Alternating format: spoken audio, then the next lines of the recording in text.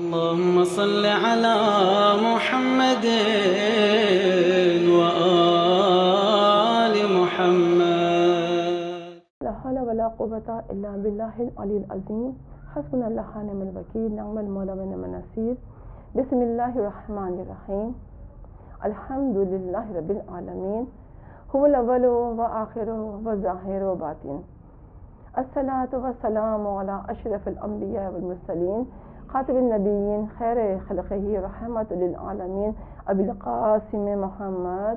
اللهم صل على محمد وعلى محمد وعجل فرجهم وعلى الطيبين الطاهرين المعصومين المظلومين المكرمين الميامين، ولعنة الله الأعداء الظالمين أجمعين إلى يوم القيامة.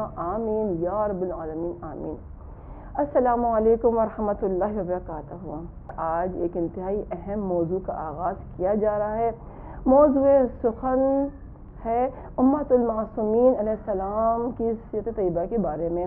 اس موضوع پر گفتگو کرنا بہت ضروری ہے اور وقت کا تقاضا بھی ہے، کیونکہ کوئی بھی مومن یہ دعویٰ نہیں کر سکتا کہ وہ آل محمد کا ماننے والا یا چاہنے والا ہے جب تک کہ اسے ان امور کے بارے میں آگاہی نہ ہو جو محمد والے محمد نے ہماری ہدایت کے لیے انجام دی تھی.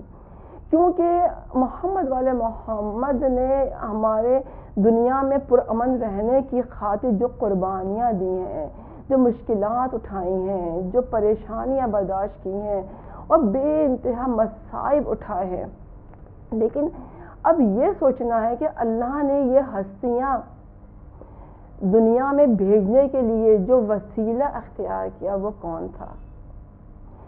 اللہ تعالیٰ تو ان اللہ علی کل شیء قدیر ہے، اس کے اختیار میں سب کچھ ہے، لیکن اللہ نے ان ہستیوں کو بھیجنے کے لیے جن کو وسیلہ بنایا تاکہ ان کی عظمتوں کا بھی اندازہ ہو جائے. یہ ہستیاں کون ہستیاں تھیں؟ کائنات میں بہت سے رشتے اور بہت سے تعلق موجود ہیں. یہ اللہ نے ان ہستیوں کو دنیا میں بھیجنے کے لیے جو وسیلہ بنایا، اس کے لیے چن لیا عورت کو، ایک مستور کو، خاتون کو. گو کہ ایک عورت دیکھا جائے بظاہر تو نہ امامت کے عہدے پر نظر آتی ہے اور نہ ہی اس کے پاس نبوت کا عہدہ ہے، لیکن اللہ نے امامت اور نبوت کو دونوں کو اسی عورت کی گود میں پروان چڑھایا تاکہ لوگوں کو اندازہ ہو کہ ایک عورت کی عظمت کیا ہے، اس کی فضیلت کیا ہے. لہذا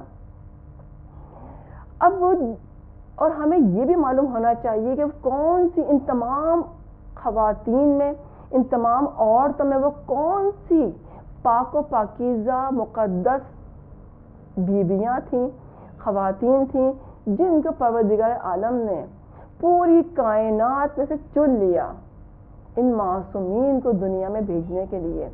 انہی میں ایک نام، سب سے پہلا نام اس بیوی کا نام کہ جن کی گود میں جب ان کا اکلوتا بچہ آیا تو اللہ کہتا ہوا نظر آتا ہے وَمَا أَرْسَلْنَاكَ إِلَّا رَحْمَةً لِلْعَالَمِينَ. تو کبھی اس بچے کو مدثر کے نام سے پکارا، تو کبھی حبیب کے نام سے، تو کبھی احمد کے نام سے، کبھی مزمل کہا، تو کبھی یاسین کہا، تو کبھی طہا کہا، بے شمار ناموں سے پکارا.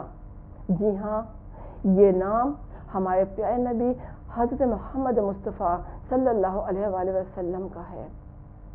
کتنی عظیم گود ہے وہ، کتنی پاکیزہ گود ہے کہ جس میں ہمیں نبی اکرم صلی اللہ علیہ وآلہ وسلم آئے.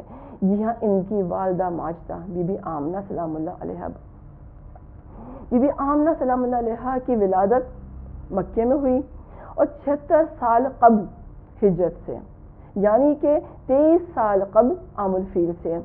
بی بی کا انتقال جو ہوا وہ 7 عام الفیل اور ابوال مقام پر ہوا. آپ کی قبر مبارک وہیں پر ہے. اب اگر میں کہوں کہ بی بی کا حسب و نسب، اللہ اکبر، کس قدر اعلیٰ حسب و نسب اس بی بی کا. نام آمنہ، ہم سب جانتے ہیں آئمہ معصومین کی ماؤں کی ماں بی بی آمنہ سلام اللہ علیہا، یہ ایک بہت ہی خوبصورت نام ہے۔ یہ وہ بی بی جن کے ہاتھوں خداوند عالم نے رسول اکرم صلی اللہ علیہ وآلہ وسلم کی پرورش فرمائی۔ نام تو آپ کا آمنہ سلام اللہ علیہا۔ آپ وہاب بن عبد مناف بن زہرہ بن کلاب بن مرا بن قاب بن لوی بن غالب بن فہار کی بیٹی تھیں۔ آپ کی والدہ برا عبدالعزیز بن سلمان بن عبدالدار بن قصا بن کلاب اور بن مرا، اور برا کی والدہ یعنی برا کی ماں ام حبیب جو اسد ابن عبدالعزیز بن قصا بن کلاب کی بیٹی تھیں۔ حضرت عبداللہ علیہ السلام اور بی بی آمنہ سلام اللہ علیہا کی واحد اولاد ہمارے نبی اکرم صلی اللہ علیہ وآلہ وسلم تھے۔ ادھر بی بی آمنہ اپنے والدین کی اکلوتی اولاد، یعنی کہ ہم یہ کہہ سکتے ہیں کہ ہمارے نبی صلی اللہ علیہ وآلہ وسلم کی نہ کوئی خالہ تھی اور نہ کوئی ماموں تھا، کیونکہ بی بی آمنہ اپنے گھرانے میں واحد تھی، اپنے والدین کی اکلوتی اولاد تھی۔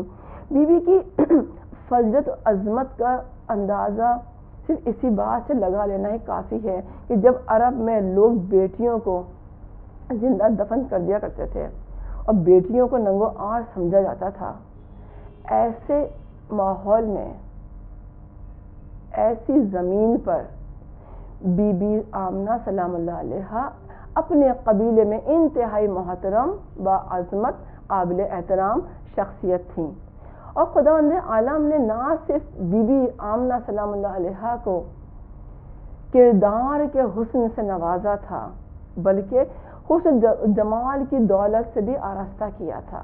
بی بی آمنہ سلام اللہ علیہا اپنے قبیلے میں باتقوی باکردار بی بی کیوں نہ ہو، ہمارے نبی کی والدہ ماجدہ جو تھیں۔ بس ممنات بات کو آگے بڑھاتے ہیں یہیں سے۔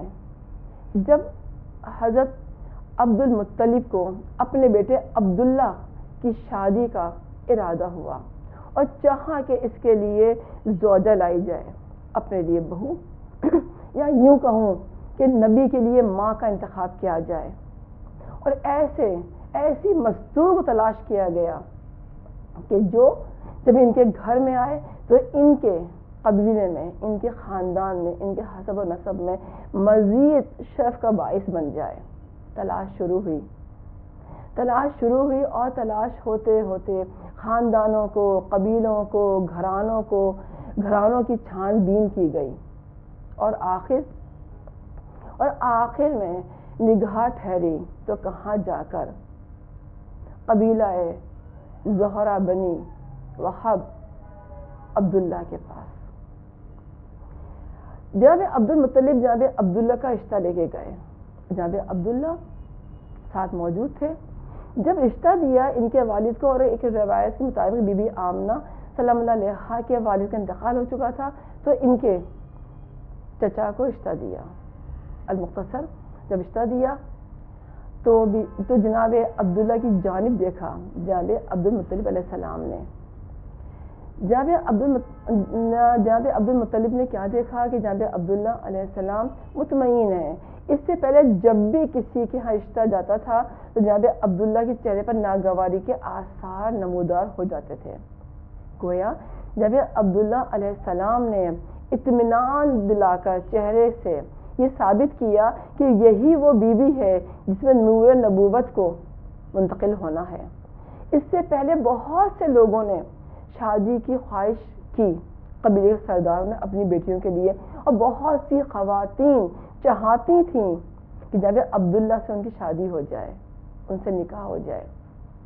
کیوں جناب عبداللہ صاحب کردار بھی تھے اور حسن جمال میں بھی اپنا ثانی نہیں رکھتے تھے، اور جناب عبداللہ کے پیشانی سے ایک نور ساطع ہوتا تھا۔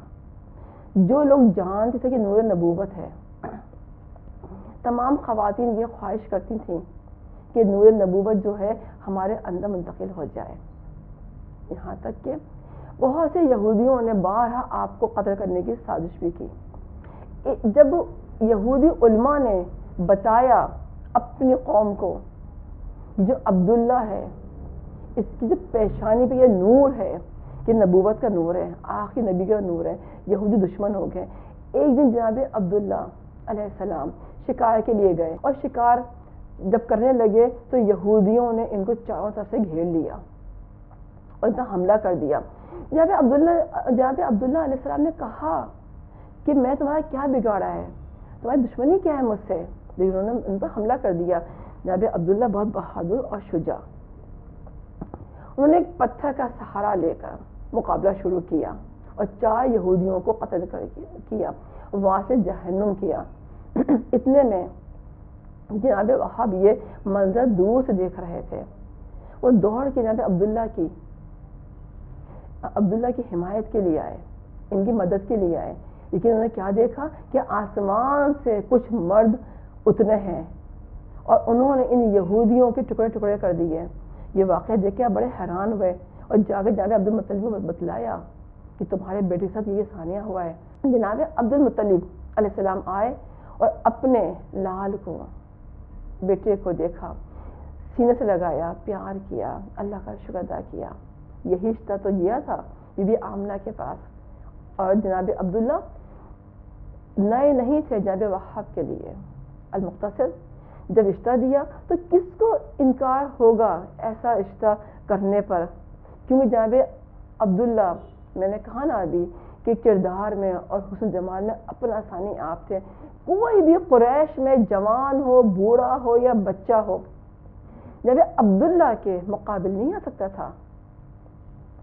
ایک روایت کے مطابق یہ بھی ہے کہ جناب حضرت علامہ مجلسی علیہ الرحمہ نے بیان کیا کہ جناب عبدالمطلب علیہ السلام کو بشارت ہوئی تھی کہ عبداللہ کا نکاح آمنہ سے کرنا۔ المختصر جب نکاح ہوا اور نکاح کی رسومات شروع ہوئیں تو حضرت عبدالمطلب علیہ السلام نے نکاح پڑھا، اور نکاح پڑھنے کے ساتھ ساتھ جو جملے ادا کیے، کہا کہ پروردگار کا شکر ابدا لاتا ہوں، اس پروردگار عالم کا کہ جس نے ہمیں جو کچھ عطا کیا ہے وہ سب سے منفرد ہے، اور اللہ نے ہمیں اپنے گھر کے ہمسائے میں رکھا، کیونکہ جناب عبدالمطلب علیہ السلام کا گھر خانہ کعبہ کے پاس تھا۔ اور پھر کہا جناب عبدالمطلب علیہ السلام نے کہ اللہ نے تمام امت میں ہمیں فضیلت دی ہے اور لوگوں کے دلوں میں ہمیں محبت ڈالی ہے۔ اے وہاب، میں عبداللہ کا نکاح آپ کی بیٹی آمنہ سے معین مہر کے تحت کرتا ہوں، کیا آپ کو قبول ہے؟ جناب وہاب نے کہا ہاں ہمیں قبول ہے، ہم راضی ہیں۔ اس طرح سے یہ نکاح ہوا، اور جناب عبدالمطلب علیہ السلام نے لوگوں کو گواہ بنا کر نکاح پڑھا اور یہ شادی تمام ہوئی۔ اس وقت کے رسم و رواج کے مطابق جناب عبداللہ علیہ السلام 3 دن تک بی بی آمنہ کے گھر میں رہے، اور 4 دن تک جناب عبدالمطلب نے ولیمہ کیا۔ یہ شادی عرب کی ہی انوکھی شادی نہیں تھی، بلکہ عرب کے ساتھ ساتھ بشریت کے لیے ایک انقلاب کی بنیاد رکھی گئی اس شادی نے۔ المختصر جب جناب عبداللہ علیہ السلام بی بی آمنہ کو اپنے گھر لے کر آ گئے، اور وہ نور نبوت جو کہ جناب آدم سے سلسلہ بر سلسلہ بتدریج پاک و پاکیزہ ارحام سے ہوتا ہوا، پاکیزہ مقدس بطنوں میں ہوتا ہوا، جب وہ جناب عبداللہ کی پیشانی سے ظاہر ہوا، اور اس کے بعد جب یہ نور منتقل ہوا ہے بی بی آمنہ سلام اللہ علیہا کے پاکیزہ بطن میں، تو وہ نور پھر بی بی آمنہ کی پیشانی سے ساطع ہونے لگا، اور وہ نور جناب عبداللہ کی پیشانی سے ہٹ گیا، کیونکہ اب نور نبوت جو تھا وہ بی بی آمنہ کے بطن میں آ چکا تھا۔ بی بی آمنہ فرماتی ہیں جب میں اس بچے سے حاملہ ہوئی تو جس طرح سے ایک عام عورت کو حمل کے بعد جب حاملہ ہوتی ہے تو تکالیفیں ہوتی ہیں، نشانیاں ہوتی ہیں، لیکن مجھے کوئی تکلیف نہیں ہوئی، کوئی مجھے زحمت نہیں ہوئی، مجھے کوئی علامت ظاہر نہیں ہوئی۔ ہاں البتہ بی بی آمنہ کہتی ہیں میں اکثر خواب دیکھا کرتی تھی، میں نے ایک دن خواب میں دیکھا کہ کوئی مجھ سے کہہ رہا ہے اے آمنہ مبارک ہو، بشارت ہو تمہیں کہ تمہارے بطن میں سب سے بہترین مرد یعنی محمد کا نور موجود ہے. اے آمنہ یہ بچہ امت کا سردار ہوگا اور یہ بچہ بہترین مرد ہے. اے آمنہ جب اس بچے کی ولادت ہو جائے تو دعا کرنا کہ اے بار الہ اے خداوندہ اس بچے کو لوگوں کے حسد سے اور شر سے محفوظ رکھ. المختصر دن گزرتے رہے. جناب عبداللہ علیہ السلام کچھ ہی عرصے بعد یعنی مہینوں بعد چلے گئے تجارت کی غرض سے شام کے شہر غزوہ میں. وہاں پر آپ ایک کارواں کے ساتھ تھے, قافلے کے ساتھ تھے, تجارت کی. اس کے بعد آپ چلے گئے وہاں سے یثرب. یثرب یعنی کہ جو آج مدینہ کہلاتا ہے, مدینہ منورہ. ہمیں نبی پاک صلی اللہ علیہ وآلہ وسلم کے قدم مبارک کی وجہ سے مدینہ منورہ کہلایا. آپ وہاں چلے گئے. وہاں سے آپ آنا چاہتے تھے کہ آپ علیل ہو گئے. آپ اپنے ماموں کے گھر رہائش پذیر ہوئے.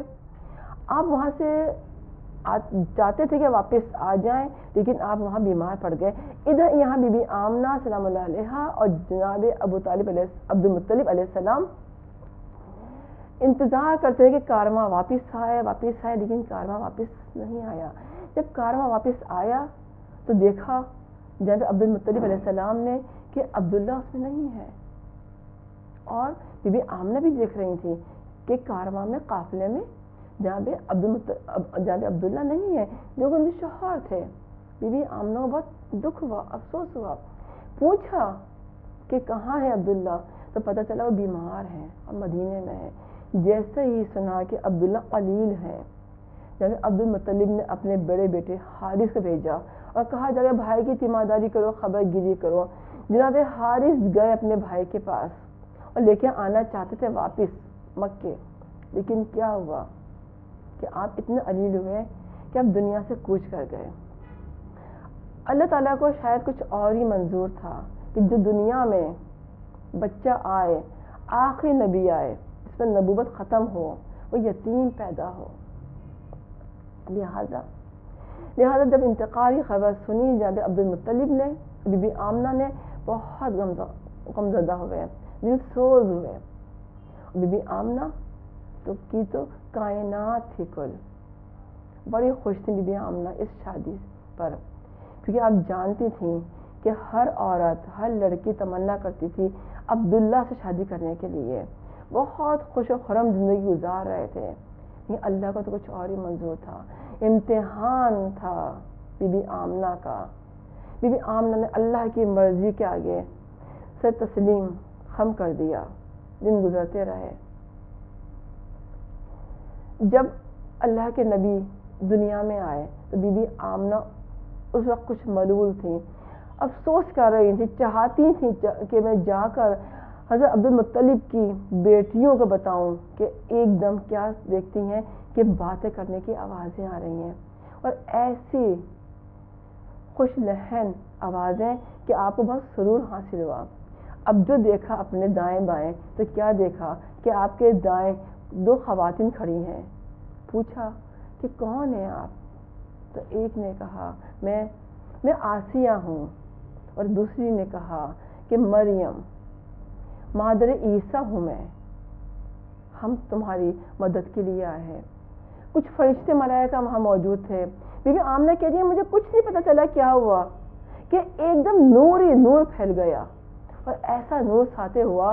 جب نور کچھ کم ہوا تو میں نے کیا دیکھا کہ میری گود میں ایک حسین اور جمیل نورانی بچہ موجود ہے. اللہم صلی علی محمد وعلی محمد وعجل فرجم. اور یہ نور شام کے قصر میں پھیلتا چلا گیا. اس کے بعد بی بی آمنہ اس بچے سے بہت زیادہ اٹیچ ہو گئیں. ہر وقت اپنے بیٹے محمد صلی اللہ علیہ وسلم کو اپنے ساتھ رکھتی تھیں. ماں نے نام رکھا احمد. تمام الہامی کتابوں میں اور آسمانوں میں نام احمد ہی ہے. اور دادا نے یعنی حضرت عبد المطلب نے نام رکھا محمد جس کی بہت زیادہ تعریف کی جائے.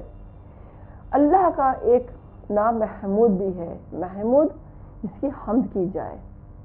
جس کی پوری دنیا کائنات حمد کرے اس کو محمود کہتے ہیں، اور جس کی اللہ حمد کرے، تعریف کرے، توصیف کرے، اس کو محمد صلی اللہ علیہ وآلہ وسلم کہتے ہیں۔ اللہم صلی علی محمد وعلی محمد۔ اور جناب عبد المطلب نے بچے کو گود میں اٹھا کر بلند کیا اور بلند کر کے کہا کہ اے لوگوں، میں نے اس بچے کا نام محمد رکھا تاکہ میں چاہتا ہوں زمین و آسمان میں اس کا مسلسل ذکر ہوتا رہے اور زیادہ سے زیادہ ذکر ہو۔ اس کے بعد ایک دن جناب عبد المطلب علیہ السلام نے بی بی آمنہ سے کہا، اے آمنہ، تھوڑی دیر کے لیے بچے سے جدا بھی ہو جایا کرو تاکہ لوگوں کا شر تم تک نہ پہنچے، لوگوں کی حسد سے محفوظ رہو۔ بی بی آمنہ نے عجب جملہ کہا کہ میں نے جو کچھ اس بچے میں دیکھا ہے آج تک اس سے قبل میں نے کسی اور بچے میں نہیں دیکھا۔ اس کے علاوہ بی بی آمنہ نے ایک جملہ اور کہا، کیا کروں، میرا دل نہیں مانتا کہ میں اس بچے سے جدا ہو جاؤں۔ اگر میں اس بچے سے تھوڑی دیر کے لیے بھی جدا ہو جاتی ہوں میرا دل تڑپ جاتا ہے، میں عام ماؤں سے زیادہ اس بچے کو پیار کرتی ہوں، محبت کرتی ہوں۔ اس بچے نے میرے دل میں بہت زیادہ گھر کر لیا ہے، بہت محبت آ گئی ہے میرے دل میں۔ جب عبد المطلب علیہ السلام نے کہا کہ اے آمنہ، اس بچے نے نہ صرف تمہارے دل میں گھر کیا بلکہ تا قیامت لوگوں کے دلوں میں گھر کرے گا اور ہر کوئی اس کا نام لے گا۔ ساری دنیا میں قیامت تک سب سے زیادہ رکھا جانے والا نام یہی محمد ہوگا۔ اللہم صلی علی محمد وعلی محمد وعجل فرجہم۔ پھر وقت گزرتا رہا اور ہوتے ہوتے ایک دن بی بی آمنہ سلام اللہ علیہا اپنے بیٹے کو لے کر اپنے شوہر نامدار کی قبر مبارک پہ گئیں۔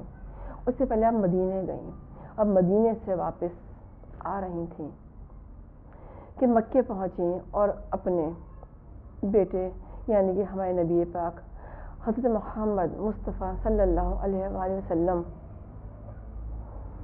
کے ساتھ اپنے شوہر کی قبر مبارک پہ گئیں۔ اللہ کے نبی اکثر اپنے والد کے بارے میں پوچھا کرتے تھے تو بی بی آمنہ بہت ہی زیادہ مؤدبانہ جواب دے کے ان کو تسلی دے دیا کرتی تھیں، لیکن جب قبر مبارک پہ گئیں تو پوچھا مادر گرامی کس کی قبر ہے؟ کہا بیٹا تمہارے بابا کی قبر ہے جو تمہاری ولادت سے پہلے انتقال کر گئے تھے۔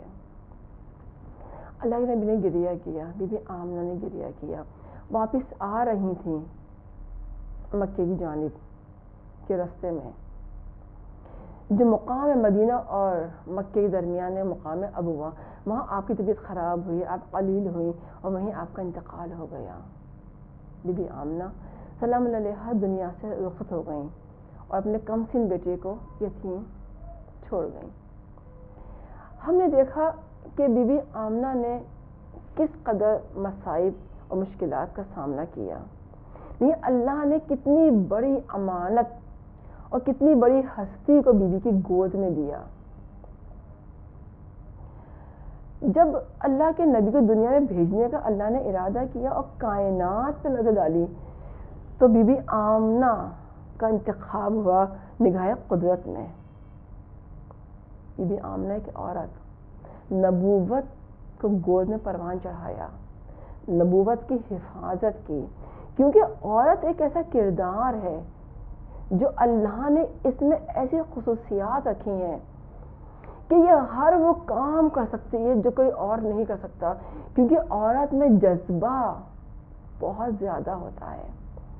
اگر عورت کسی کام کی ٹھان لے تو وہ کر جاتی ہے، چاہے وہ کتنی تکالیفوں کو برداشت کیوں نہ کرے۔ عورت چاہے تو سب کچھ کر سکتی ہے، میں نے جیسا کہ پہلے کہا نہ نبوت ملی نہ امامت ملی، مگر پروان چڑھی ہے امامت اور نبوت اسی عورت کی گود میں۔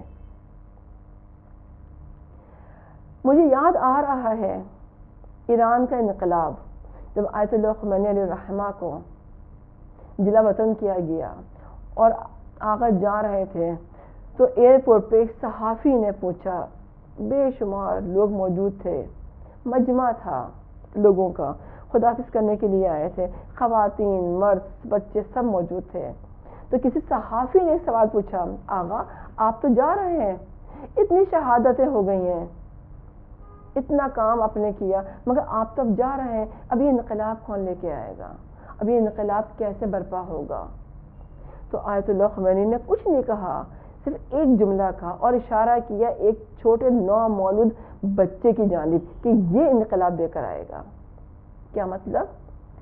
گویا آپ کہنا چاہ رہے تھے کہ یہ نومولود بچہ جس خاتون کی، جس عورت کی گود میں ہے، یہ انقلاب لے کر آئے گی، یہ بچے کو ایسی تربیت کرے گی، یہ بچے کو اس طرح پروان چڑھائے گی کہ جو دوسروں کے لیے مثال بن جائے گا۔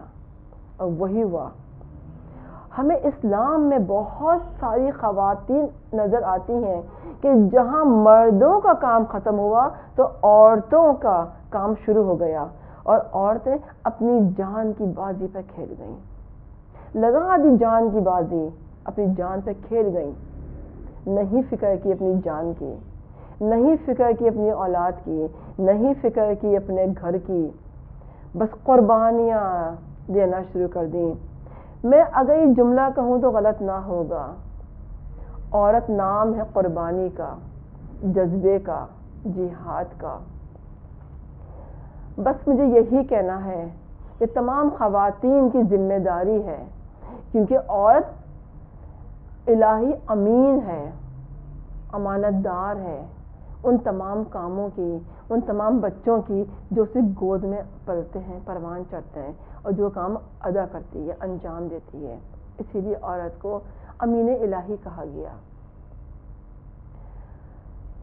اللہ تعالیٰ ہم سب کو توفیق دے کہ ہم بھی اپنے بچوں کی ایسی پرورش کر سکیں کہ سیرت بی بی آمنہ سلام اللہ علیہا کے مطابق ہو، ہمیں توفیق ملے۔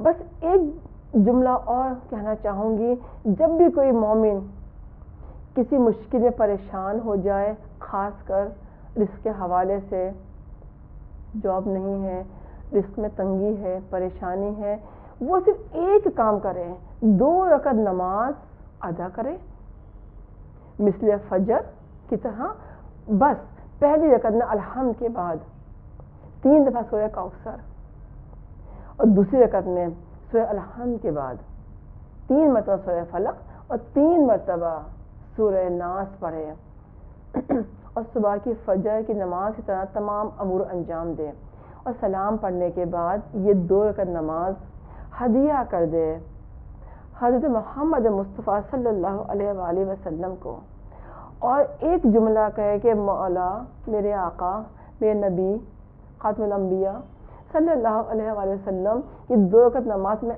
آپ کو ہدیہ کرتا ہوں، تو یہ کرتی ہوں، تحفتاً پیش کرتی ہوں، یا کرتا ہوں، اور آپ کو آپ کی والدہ بی بی آمنہ سلام اللہ علیہا کا واسطہ میرے رزق میں برکت عطا فرما دیجیے۔ کیسے ممکن ہے کہ ایک عام بیٹا اپنی ماں کی بات نہیں ٹال سکتا، نہ کہ رحمت للعالمین؟ اللہ اکبر۔ آئیے سلام پیش کریں اس بی بی کو، آئیے سلام پیش کریں اس بی بی کو، اس عظیم ماں کو ہزاروں درود ہوں، سلام ہوں آپ پر۔ السلام علیکہ، السلام علیکہ یا امہ رسول اللہ، السلام علیکہ یا والدہ حبیب اللہ، سلام ہو آپ پر اے پاک و پاکیزہ خاتون، سلام ہو آپ پر اے طاہرہ بی بی، سلام ہو آپ پر فاخرہ بی بی، سلام ہو آپ پر جس کی پیشانی سے سرور انبیاء کا نور نمودار ہوا، سلام ہو آپ پر جس کے نور کی وجہ سے زمین و آسمان روشن ہوئے، سلام ہو آپ پر کہ جن کے لیے پاک فرشتے نازل ہوئے، سلام ہو آپ پر اے بی بی کہ جن کو خدا نے اعلیٰ شرف عطا کیا، سلام ہو آپ پر کہ جن کے لیے جنت کے پردے لگائے گئے، سلام ہو آپ پر اے حبیب خدا کی ماں، سلام ہو آپ پر اے نور سرور کائنات کی حامل، سلام ہو آپ پر کہ جو اشرف موجودات کو لے کر آئیں، سلام ہو آپ پر، خدا کی رحمتیں اور برکتیں ہوں۔ پروردگار اپنی رحمت کے خاص سائے میں آپ سب کو رکھے۔ والسلام علیکم ورحمۃ اللہ وبرکاتہ. اللہم صلی علی محمد وعلی محمد وعجل فرجهم. اللهم صل على محمد وآل